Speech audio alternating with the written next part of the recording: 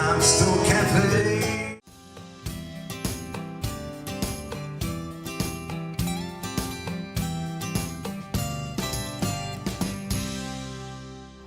U l-aħħar taqsima tagħna llum ser tlaqana ma' Charlie Bezzina, ex-detective tal-omiċidji. Joining the police force, I was rapt that I joined the police force and I was able to get there as a police cadet. I had no idea that I would emulate or end up going to the homicide squad. It was a progression basically. So being a progression, uniform branch, I was a detective at Footscray, basically worked at Footscray for 10 years and then got promoted from being a detective to the uniform branch, Altona North. So I basically worked the western suburbs. And as things presented themselves, so I moved on. It was then the Internal Investigations Department, which caught my eye. I went there as an investigator and a team leader. Went there for just over 12 months. And then an opportunity arose to go to the drug squad. So I went to the drug squad. They had a big influx of detectives in those days and dealing with the drug dealers. And I worked undercover buying drugs and the likes. I did that for about 3.5 years. And then in doing that, I got a little bit frustrated in the work that was being undertaken there as a team leader and decided to go to the homicide squad. A vacancy appeared, went to the homicide squad as a detective sergeant, spent 17 years there and come back out again working the western suburbs in charge of police stations. Went back to the homicide squad after I was promoted to senior sergeant and worked there for just prior to 2008, and then I went back to the old stomping ground, Footscray, and I was running the Mbona Armed Robbery Task Force. And then there was a few issues that occurred in my career with being rotated out of the homicide squad, me and along some other people, other senior sergeants. So I decided to retire. Having retired, you know, I said, well, what do I do? You know, I've been in the police force for 37 years. And I think we undersell ourselves in relation to our expertise and our people skills. So I left there and I worked for 3.5 years with the Herald Sun, being a columnist, writing about police investigations and giving people an insight of what an investigation entails. That then led on to corporate speaking, that then led on to becoming a private investigator. Which I now do. I'm now a risk and security consultant because that's what I've done as a 37-year police veteran. And I still do a lot of media commentating in relation to police matters or court matters. So life's pretty good. So now, as a consultant, I can sort of chop and change and go here or go there, where I'm needed, really. Yeah. So it's been good. With the sort of long career that you have had, you were involved in some pretty major cases in Victoria. Would you like to just maybe, I know, give us a potted kind of take on some of the, I guess, highlights that stand out immediately to you? Well, one of the obvious ones is Paul Charles Denyer, the serial killer at Frankston, where he murdered 3 women.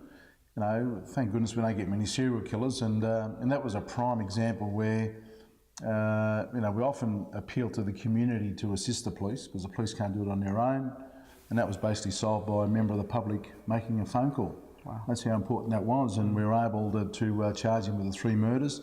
Now, hadn't that lady made that phone call, he would have gone on killing.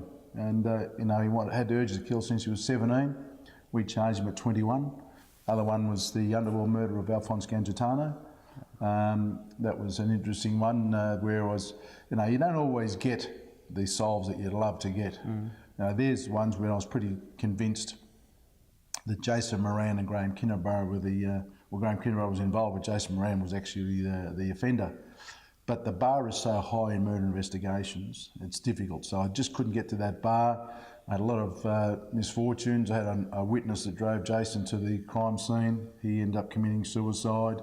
We never found the murder weapon. So all these things impact on your investigation, and basically everyone's innocent or proven guilty. The other one of highlight was the death of the cricketer David Hooks.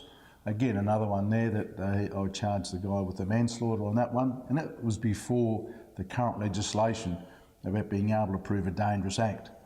Now, as the law stands at the moment, if someone goes and punches someone without them expecting it, what they call a coward punch, that's classified as a dangerous act. And unfortunately, he didn't get to the bar to go over it. He was acquitted, and you move on to the next investigation. You know, people say to me, well, how do you cope with the ones that get acquitted? How do you cope with the ones that you can't solve? Yeah. But we've got to work by the rules, but the offenders don't.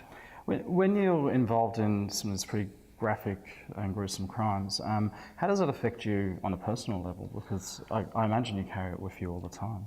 Well, you do carry it with you. It's a matter of, you know, it's chasing the elusive offender and getting the evidence to be able to charge someone and give the victims, the families and the victims of the crime, not closure, we give them answers. You know, people want to know, well, why was my son killed? Well, your son was killed because he was dealing in drugs. They've got answers. You don't give them closures. You never close from the fact of losing a loved one.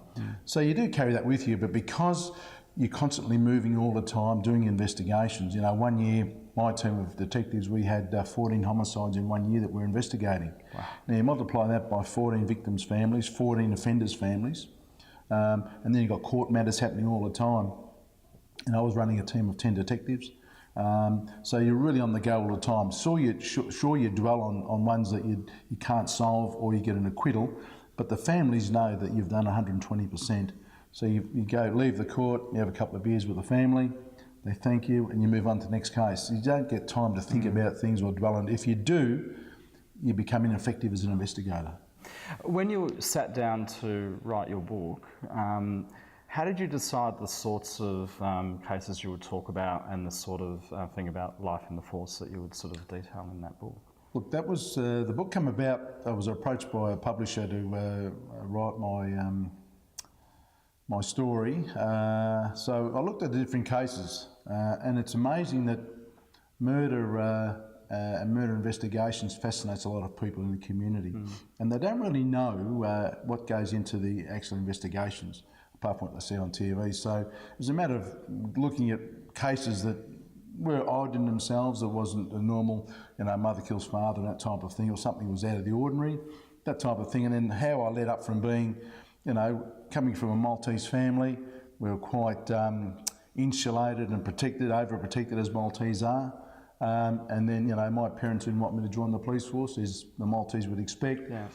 My parents didn't like me or want me to marry an Australian woman, which I did. So I was a bit of a rebel in that way, but yeah. I know what I wanted and I moved on. So basically it was telling that story, how someone can come from my background, lucky enough to have 37 great years. U dik l-aħħar intervista ġibna fit minn programm ieħor ta' Maltese DownUnder. Jekk tixtiequ tagħmlu kuntatt magħna tistgħu tibatulna email fuq maltesetv@gmail.com jew inkella għamlu kuntatt magħna fuq il-paġna tagħna fuq Facebook Maltese DownUnder. Jiena Marlene nixtieqilkom is-saħħa u nagħtikom appuntamenti oħra bħal ġimgħa fl-istess ħin.